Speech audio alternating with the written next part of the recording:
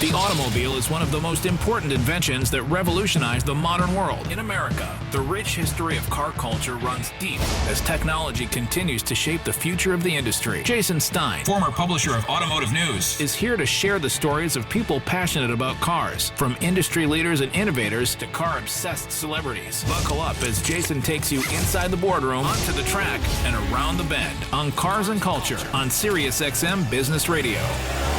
Welcome to SiriusXM's Cars and Culture. I'm Jason Stein in Detroit. Cars, culture, cool advertisements, meaningful messages, and harmonic plays on words. In the world of marketing and advertising, Andrea Brimmer is at the finest position of her advertising career.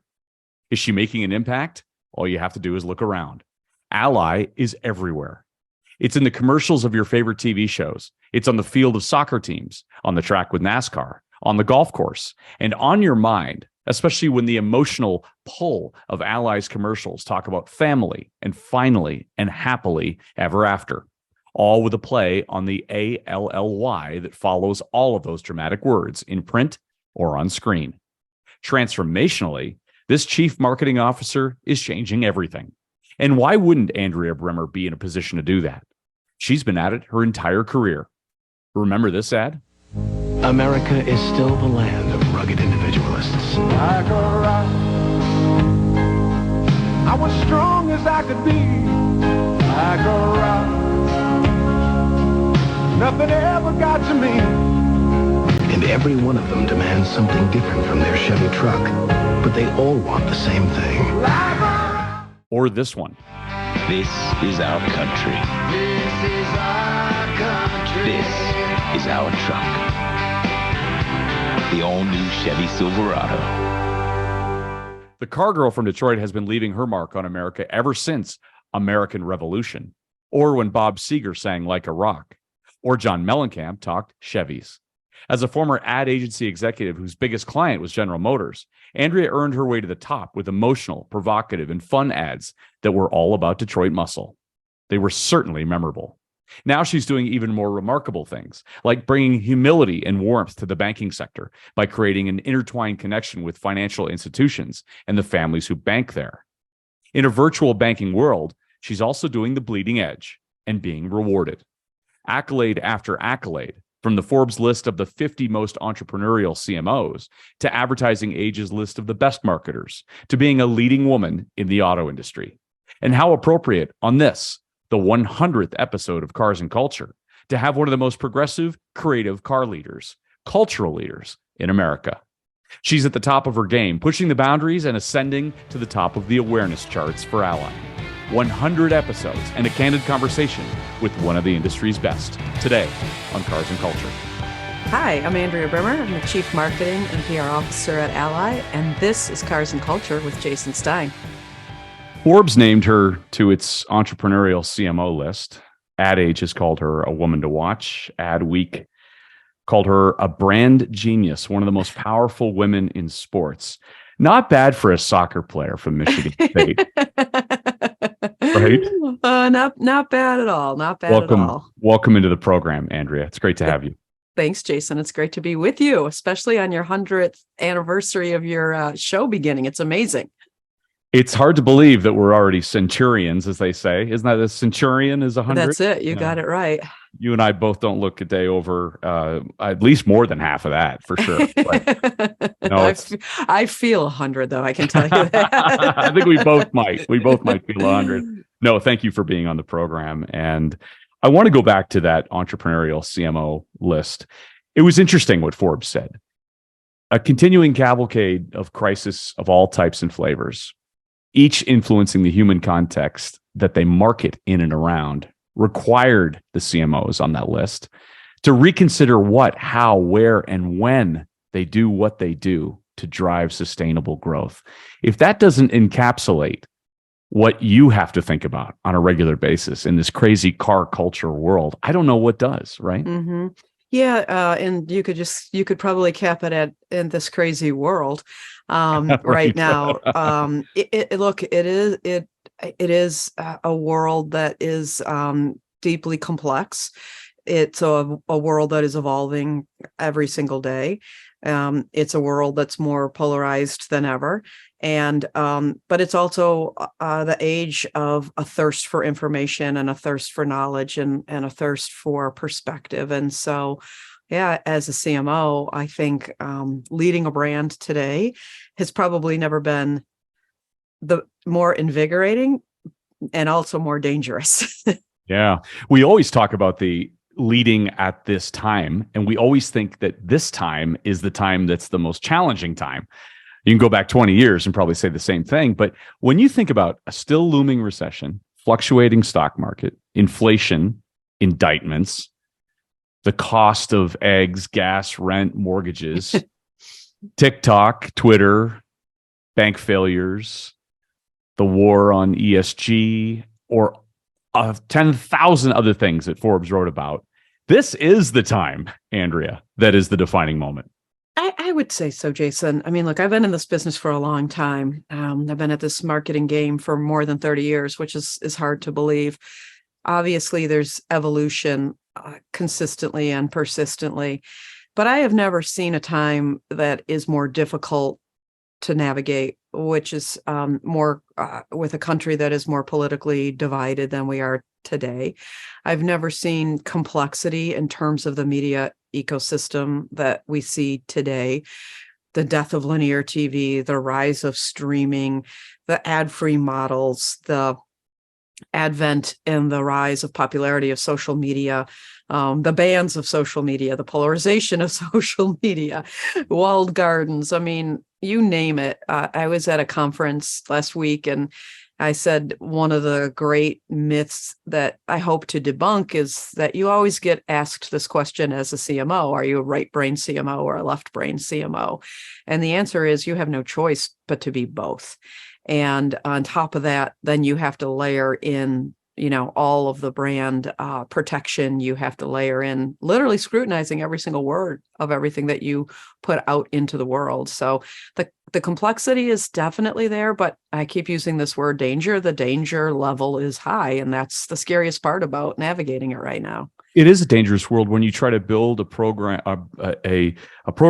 an agenda, maybe a theme, and one little step, one decision. We can think of some recent examples that might be in the beer industry as an example. And all of a sudden things blow up. I mean, yeah. Do you look at that? Do you turn the decision 1,000 ways before you make it? I mean, look, we try not to have death by 1,000 cuts, and I'm protective of that in the creative process. And I think that speaks to the quality and the caliber of the work that we've put out into the world, of which I'm very proud. I think my team is very thoughtful and has a really good pulse on culture. But beyond that, I think right now it's a matter of knowing your audience and really, if you have stated values, living to those values. I think oftentimes what you see blows up is when people go outside of what feels authentic or right for their brand because they've never stood for that in the past. And I think that's really the gauge and the monitor by which we judge all of the work that we put out there. Is it consistent with what we stand for? Is it authentic to who we are? Is it realistic to the things that we've talked about? And, I think it's a really good way for brands and for marketers to reconcile the work they're putting out into the world. Are you surprised by some of the stuff you see happening? I mean, you pick up a newspaper and you go, whoa, they're going down that road. And then you pick up the newspaper the next day and the person who made that decision is no longer there. Yeah. I think it's sad, honestly. Look, I never want to be in the business of armchair quarterbacking or second guessing the thought process that any marketer or any executive goes through. I think there's good rationale that people can get themselves to, honestly, with any decision. And there's a confluence of influence that comes along with this game, right? So whether it's an agency input or whether it's somebody else internally in the organization, or maybe it's an ERG, or maybe it's just trying to do the right thing, or maybe it's about expanding audiences. So it's really hard because it's super easy to critique what somebody has done. I think what's disappointing, though, is that, companies maybe don't stand behind people that make mistakes. And Indeed. I feel like the recent example that we're both probably intimating around, I feel really bad for how that's all blown up. And I think that it's no one makes a decision in isolation. And I'll just kind of leave that there. Yeah, no, it's true. When Forbes wrote the piece about you and named you to their entrepreneurial CMO list, which I think is only the second time they've created such a list, and there you were, right among a cast of enormous players. But they talked about what you said. You can't be a digital only company and not be on the leading edge, if not the bleeding edge, of where consumers are moving and engaging them in what's next. And I think you've really tried to move Ally into some non-traditional modes, the bleeding edge, Minecraft, Animal Crossing, Pokemon Go. How do you pick what you want to go into that is bleeding edge? I think we have a really good pulse on culture. Great, tie to Perfect. exactly what you're thinking about every single day. Really deep understanding of where the consumer is moving and going. And then we have an additional challenge, which is we have a responsibility to make people more financially literate, right? You think about money as the most important asset in your life. I always say to my team, the most important things in your life are your health, your family, and your money. And your money, not in terms of what it allows you to buy, but what it empowers you to do for yourself and for the people that you love.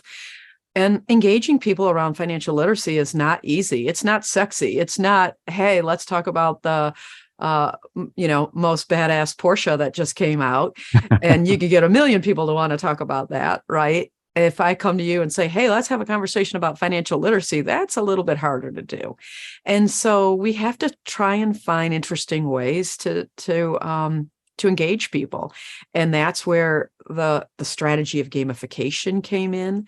That's where intersecting culture and being where audiences are has come in. And I've said we were in the metaverse before it was called the metaverse. I mean, we have been in gamification for 8 years. I have a gaming team within my organization that is dedicated to nothing but the development of a Web3 strategy and execution. And so I think it's just staying out ahead of where the world is going.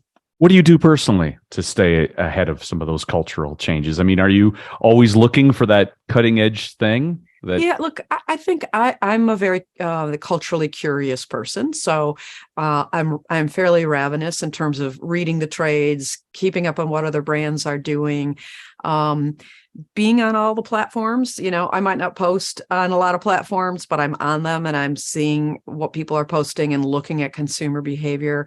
I'm an admirer of other brands. I'm not shy about picking up the phone and calling other CMOs and saying, you don't know me, but I think this work you did is brilliant. And can I learn more about it? And then I think you have to invest time. Like you have to get on planes. You have to go do the work. I was in LA 2 weeks ago. We met with Netflix, we met with Paramount, we met with Lionsgate, we met with Warner Brothers. I mean, you name it, we went through everyone and just learned about how they're thinking about things like product integration into content, where, ad-free models are going, how they're thinking about movie integrations, just getting smart and putting our brand in front of people as well. So I think as marketers today, you have to dedicate a lot of your time to a learning agenda. And that's really how I stay current.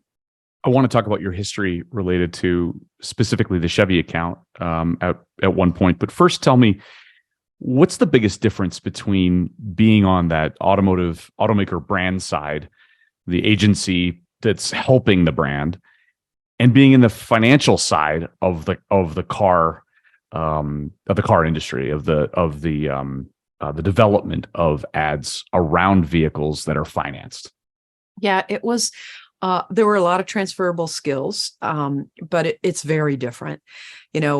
Sitting on the Chevrolet account and being on the agency side was really about putting out communications and ads that helped people fall in love with the Chevrolet brand and created an image. And I always felt an incredible amount of responsibility when I worked on that brand, because if you think about Chevrolet, a lot of Chevy's legacy and a lot of Chevy's integration into the DNA of America was based on great campaigns. Yeah. Heartbeat of America, See the USA in Your Chevrolet, Like a Rock. And I was very proud, kind of the final campaign that I launched and worked on was American Revolution, which is arguably one of the great campaigns for Chevy. Coming over to this side has been very different because it's been really more highly integrated into the dealer aspect, understanding all of the elements within the ecosystem that dealers need to be successful, helping them think through their business, helping them think through the products, the services, the tools that we have, and then representing them well with their customers. Because if you think about it, they sell them the car and then, they really become a customer of Ally. And so you don't want to do anything to break the trust of that relationship. So really spending a lot of time on making sure that we're giving the best possible customer experience in honor of that dealer relationship. All right, you mentioned them, so let's get into them. American Revolution. You were also part of Like a Rock, right, with Bob Seger? Absolutely. How did that come about? It was the late, great Don Gould, rest his soul, amazing guy. He was leading the Chevy truck work from a creative standpoint. And he was a big Seger fan. And honestly, they were working on a new creative, and Don was listening to the words, and he was like, this is a great song for a truck campaign. It talks about strength. It talks about power. And he and Joe Pui went and cut it together. They put a rip together, just a beautiful reel of film that showed Chevy trucks working hard and laid it against the track. And the clients fell in love with it at Chevy. And then the trick became selling it to Bob and Punch Andrews, who was his agent. And that's where we all came in on the account side. And, it was a long and really amazing relationship with Bob for a long time. Bob told the story once of sitting in a Detroit bar and somebody turning to him and saying, God, you sold out. I mean, how could you do that, Bob? How could you sell out with your music? And he turned to that individual and said, look, if I can do something that helps the auto industry in Detroit, then I'm going to do it all day long. That's amazing. Yeah. Another one that I was part of, Jason, that's reminiscent of that was the campaign we did with John Mellencamp. Yeah. And, he had never sold a piece of music to a brand ever. And that was one I'll never forget. Bill Ludwig and I flew to Indiana. We went to John's house. He wanted to meet the people that he could potentially be working with. He wanted to have dinner with us. He wanted to understand the vision. It was set to be just a couple hour meeting. And we went to his house. He really liked us. He liked what we had to say. He said, change your flights. I want you guys to stay tonight. He had, dinner cooked, got I think some vodka, maybe some bourbon out, pulled out his guitar and debuted a bunch of new music for us. Just, acoustic and singing. It is a night I'll never forget. And I may or may not have experience, right? Totally. And I may or may not have, stolen a towel out of his bathroom. How do you get artists like that who typically wouldn't sell or didn't sell, previously didn't sell? How do you get them over the line? I think it's really sell about the vision. Yeah, I think it's really about, what we just talked about, which is going and sitting down with them. Yeah. And having a conversation and showing them the intent and the spirit and getting their input. Look, artists, it's their product. Their music is their product, and they want to have input into the creative process. And you see more and more artists today being integrally involved in the filming and the production, in the output of the creative product, not just slapping their music on a piece of creative. And I think that that's all part of where the world is moving, which is around this notion of content creation. How'd you come up with American Revolution? Oh, Chevy was launching 20 new products in 40 months. Brent Dewar had just come in as the new general manager at Chevrolet. Chevy had not had sales leadership, I think, in about 17 years. Ford had sales leadership. And Brent's remit was get us back to sales leadership, launch these 20 products in 40 months. And his challenge to the agency was really, you got to come up with something that connects the dots. If you remember at the time, Like a Rock was kind of winding down. And we had We'll Be There, which was the car campaign that frankly wasn't ever super popular with the dealers. And Brent was like, got to get rid of both campaigns, go to one campaign. And American Revolution became this amazing rallying cry, because what we thought was 20 new products in 40 months. A lot of the products were very revolutionary. This was about the democratization of greatness. And the notion of American Revolution was a perfect thematic to sit on top of this torrid pace of launches. And, it was an awesome campaign. I will tell you, we presented it 38 times. Oh, 38 times before it got bought. And on the 38th top. time, it went through. I kept a log 38 times. I could still remember those. I could still remember those vehicles coming off those car carriers. Oh, they were amazing. Flipping around. Oh, it was so good. Michael Bay shot it. Oh, wow. It was unreal. It was unreal. And it was the debut of the new Corvette. That's right. So it was one of those, when we presented the spot at the dealer meeting, the dealers literally like leapt out of their seats and thunderous standing ovation. It was one of those moments you'll kind of never forget. On the 33rd time, do you think you're going to fail? What makes you go back for the 38th time? We were so convicted. Yeah. And our direct client at Chevy was Kim Brink. And she was 100% convicted around the idea that it was good as well. And I don't know, we just knew in our hearts and we knew in our gut. And I think Brent knew too. I think part of it was Brent just wanted to see how convicted we were in the idea. And, to Chevy's credit, it got better every time we presented it. There were nuances, and it was one of those campaigns you'll never forget. And you know what? Year after we launched it, Chevy was back on top in sales leadership. So it was pretty awesome. Mission accomplished.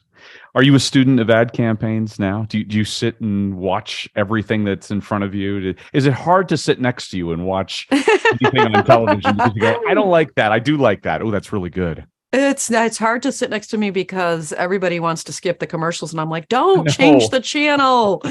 My husband gets so frustrated. He's like, oh my God, I'm not watching TV with you.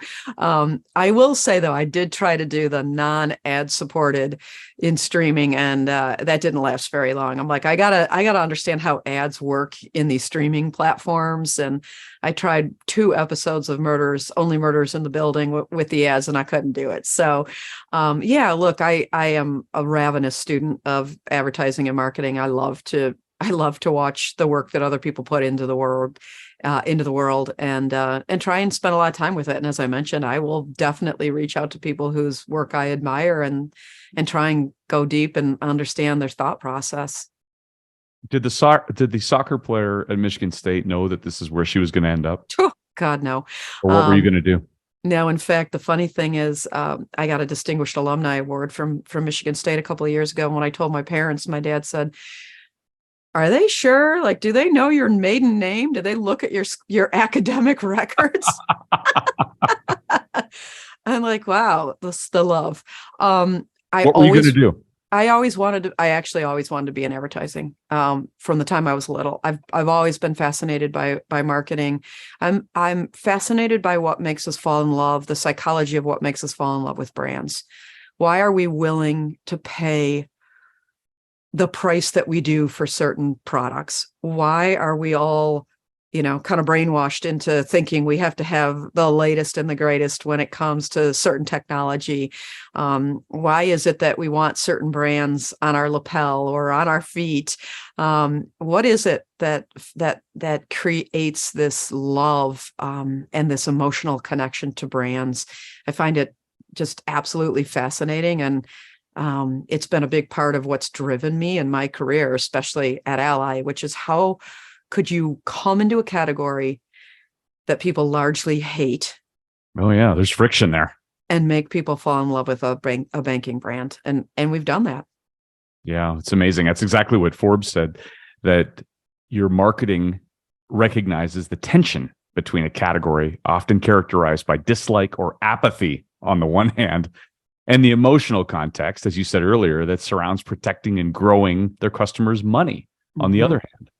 But you've done it so skillfully. And I'm just going to cite an Ally employee who recently made this comment on LinkedIn.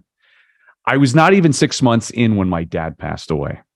Ally had my back and provided me with 2 weeks of paid bereavement leave during that difficult time. I'm so grateful to work for an organization that prioritizes their employees and their families. Thank you, family, spelled FAMALLY. That's Which amazing.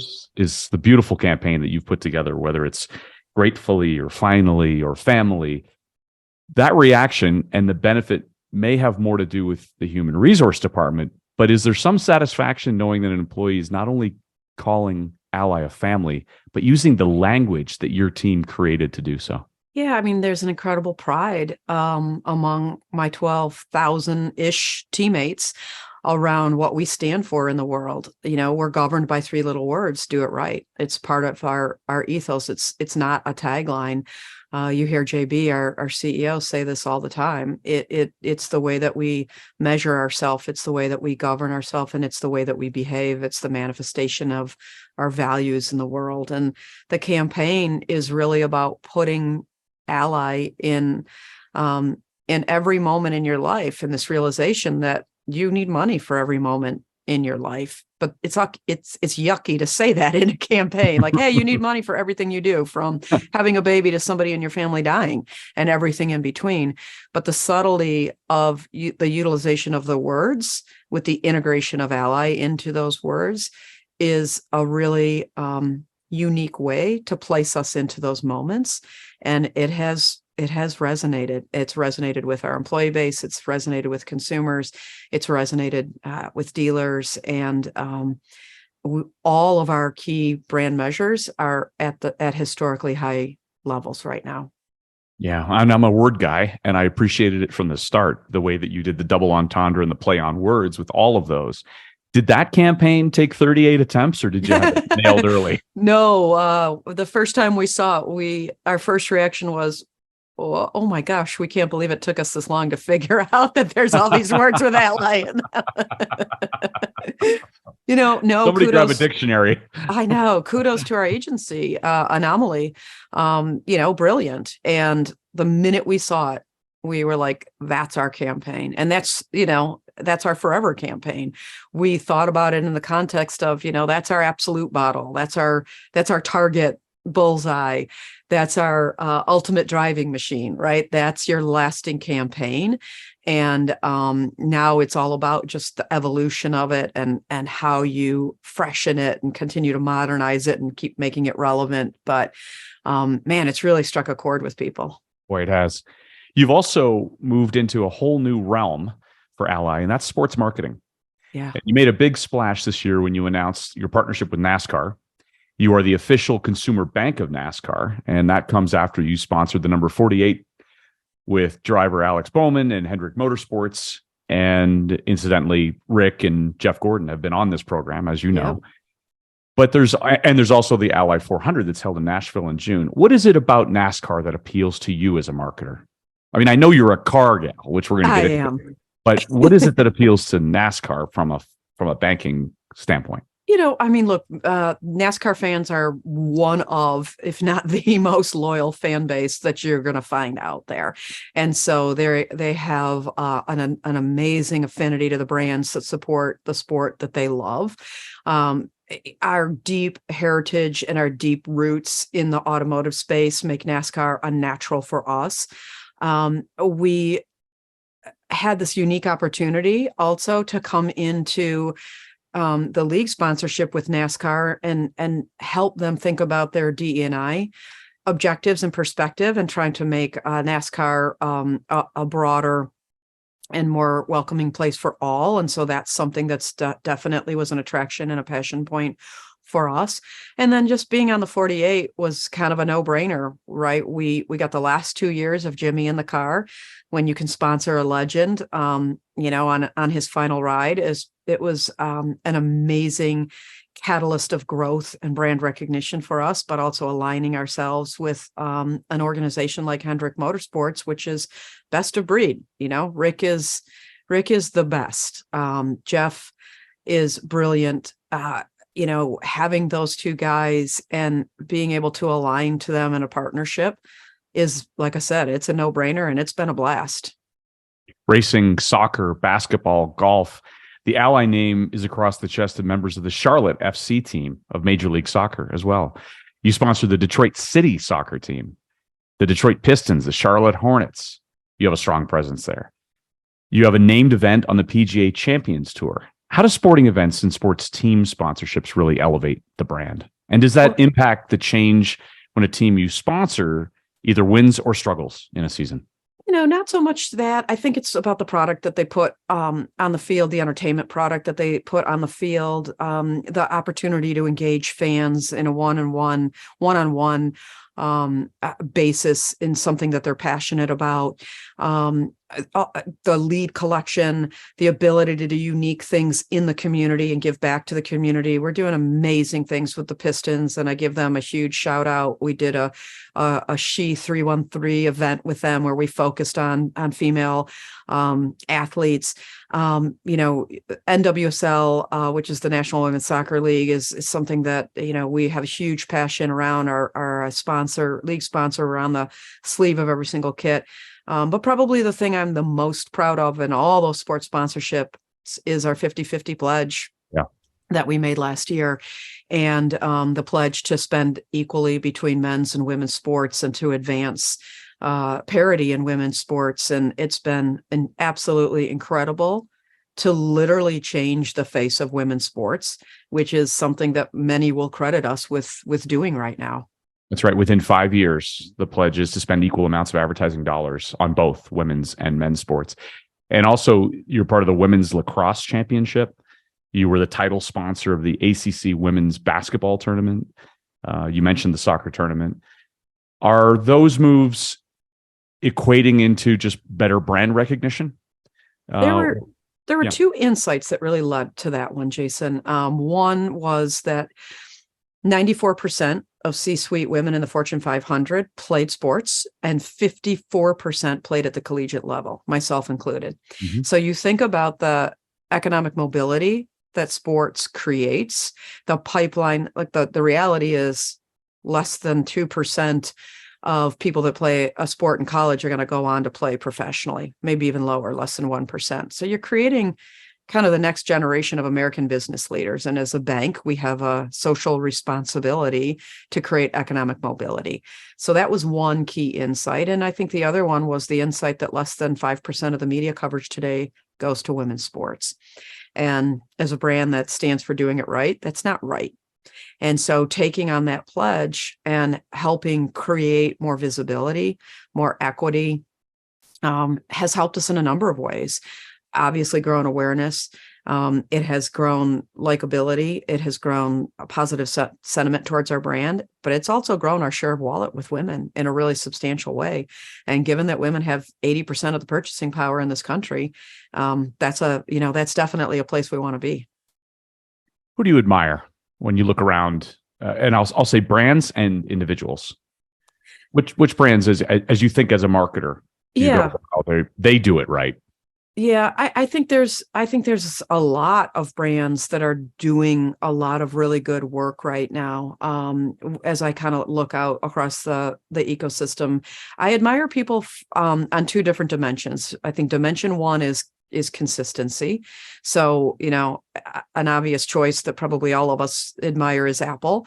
And from the standpoint of they always key in on very brilliant human insight, and they bring it to life in exceptionally creative ways, and they do it consistently, and you recognize Apple work literally every single time that you see it, right? There's no question about who it's from.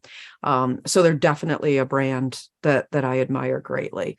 I think, I look to more niche brands that are doing really interesting things. This is kind of a funny one, but the water product, Liquid Death, they've Right. come out of nowhere, Yeah. and they're doing like brilliant marketing. They just, I saw today they just signed Travis Barker, which is brilliant. Right. But the Martha Stewart work that they did over the holidays was brilliant. They just have done some great stuff. So I think that's a really great brand and a little bit more niche. But those are the kinds of brands that I admire, is the brands that really know themselves, really know how to intersect the consumer and are authentic to what it is that they do every day. Are there automotive brands who you look at and say, that's creative, that's inventive? I feel like the automotive space, from a marketing standpoint, back in the day when I was in the automotive space, and you think about how many just hallmark campaigns there were. The Yeah. Cadillac work with Led Zeppelin was amazing.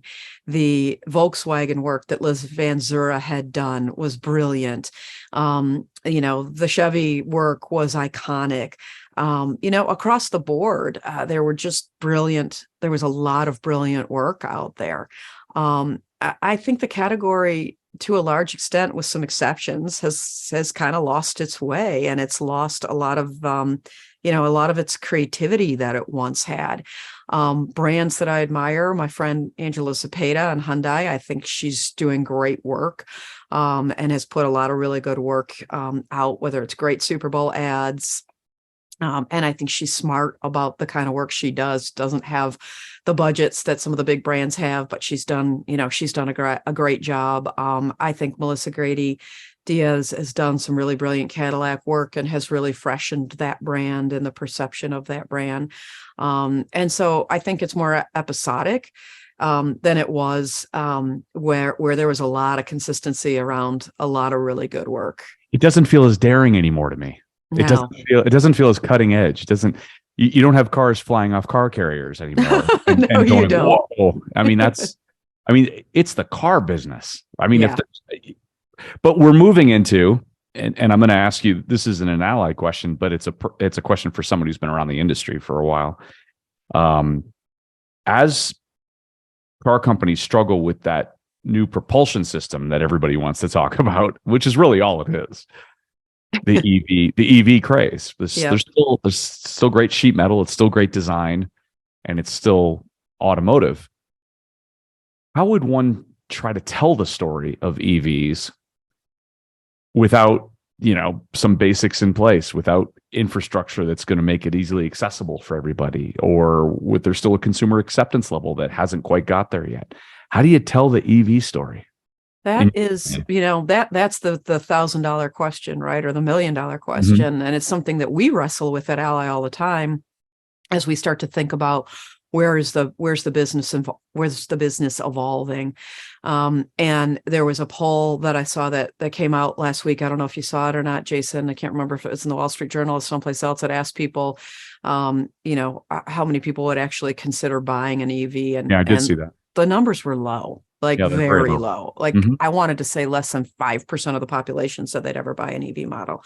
So it's definitely a tall task. I think there is an audience that's predisposed to wanting those types of vehicles, that's going to be open and apt for the message.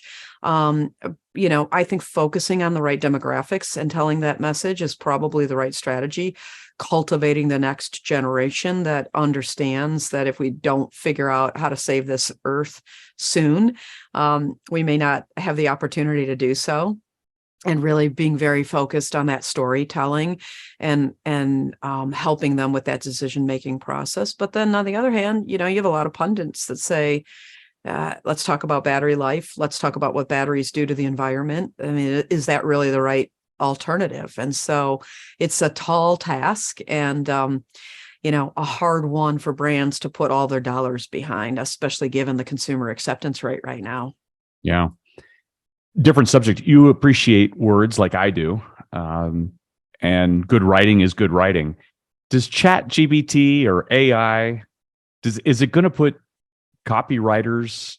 I mean, it might put journalists out of business, but Chat can write the script for the show. Right. But is it changing the way your team's doing business, or how do you think it will change the way your customers interact in the future? Yeah, big question of debate and a huge hot topic in the marketing space right now. And I was up at Michigan State a couple of weeks ago meeting with the faculty, and it's something that they're wrestling with a lot as well. And spent a lot of time with students who were asking us flat out, well, is Chat GPT and AI going to put me out of a job?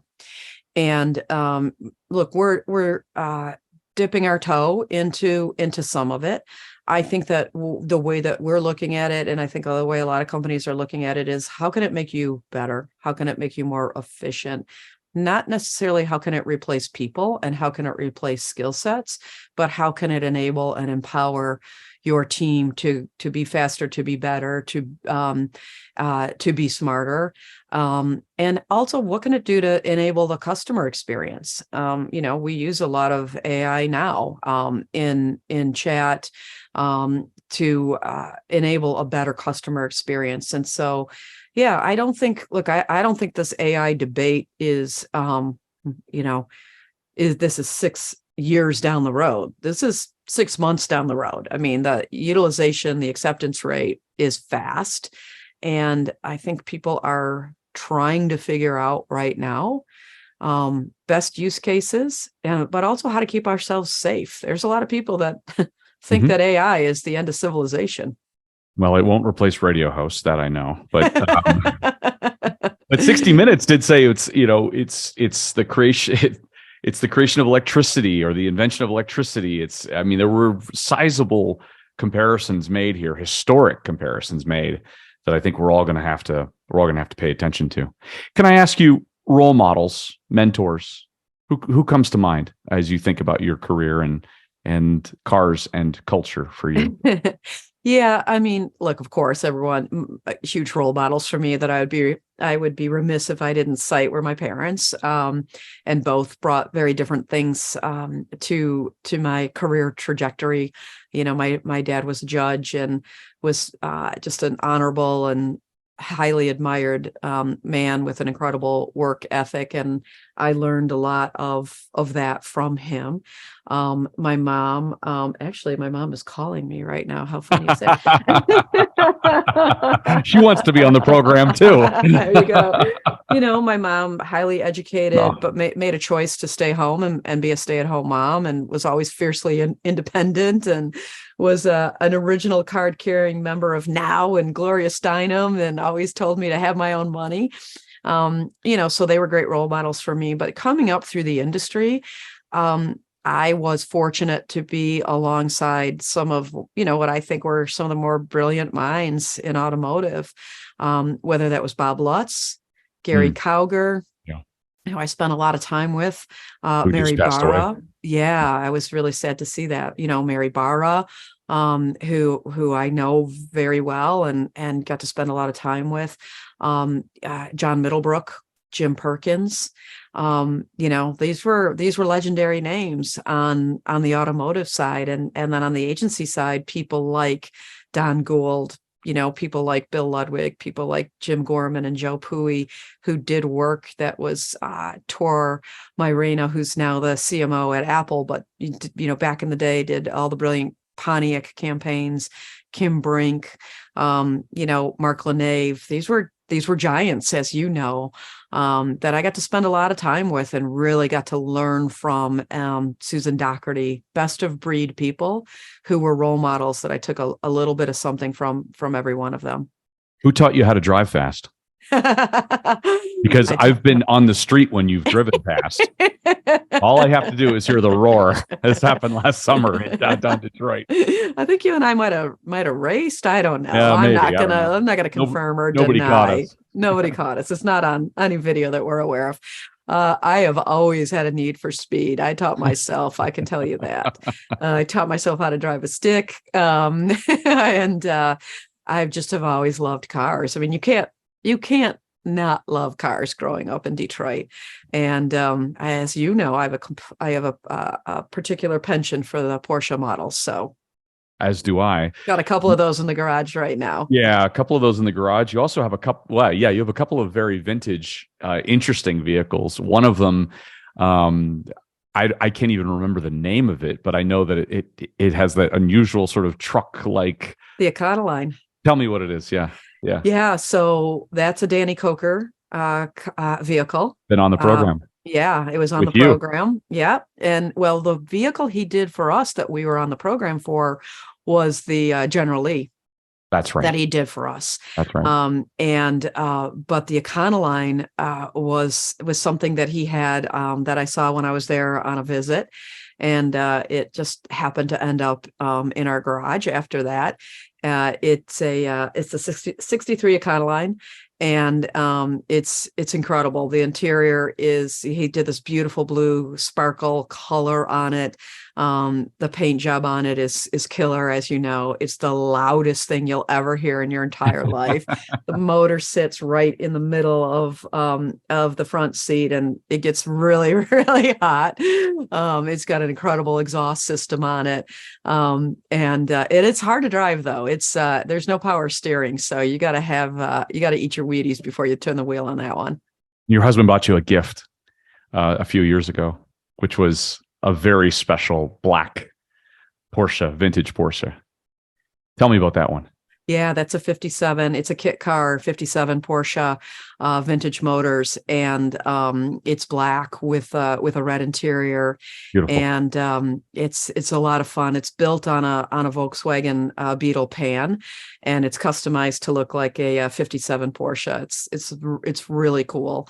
Definitely gets a lot of looks, when you drive it. And when I got it, my daughter and I got in it and held hands and put the arms up in the air and did the Thelma and Louise driving off out of the garage. You did a Kelly McGillis in Top Gun. I think it was there the you car go. that was used in that too. Yeah. There you go. Unbelievable. Are your kids going to go in the auto industry? So my son is on the auto finance side. My daughter is in the marketing world. She works at a kind of a music company. Our third one down is in vet school at Michigan State. It's going to be a veterinarian. And our youngest, I think, is still trying to figure it out. So one kind of following the footsteps into the automotive and finance world, and the rest are blazing their own paths. Well, you have blazed your own path. You've helped me blaze my own path. 100 episodes. And what most probably wouldn't know is that you were there from the beginning.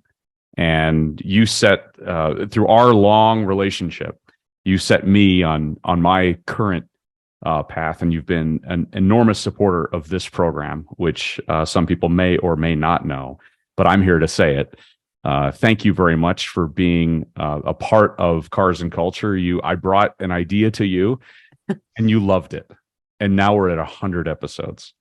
Yeah, we called it Project Fenton. Project Fenton, because we had lunch together. I had white chicken chili. I still remember. I don't know what you ate. I don't remember either. I may have had a beer.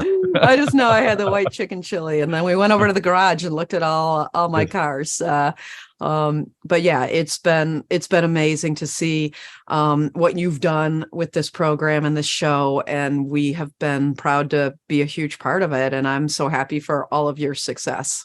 No, thank you so much. And you were there from the beginning. You're there for number 100. You'll be there for number 1,000.